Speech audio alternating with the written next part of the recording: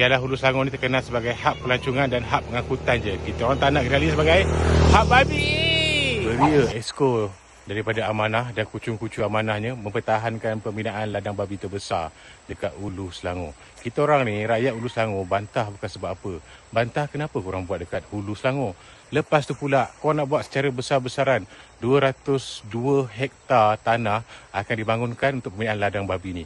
Besar tu weh. Itu ibarat 4 kali ganda zoo negara. Perlu ke buat besar-besar? Ramai sangat ke pemakan babi dekat Selangor ni? Korang bayangkan ya, air sungai yang bersih ni, lepas ni mungkin tercemar dengan najis babi pula. Lagi satu, kalau ramai sangat pemakan babi, kenapa tak buat kat tempat pemakan babi tu? Buatlah kat Sekincan ke, buatlah kat Pulau Ketam ke. Kenapa Hulu Selangor? Hulu Selangor ni 70% dia terdiri daripada Melayu Muslim. So saya sebagai penduduk Hulu Selangor memang membantah pembinaan ladang babi besar-besaran dekat Hulu Selangor ni.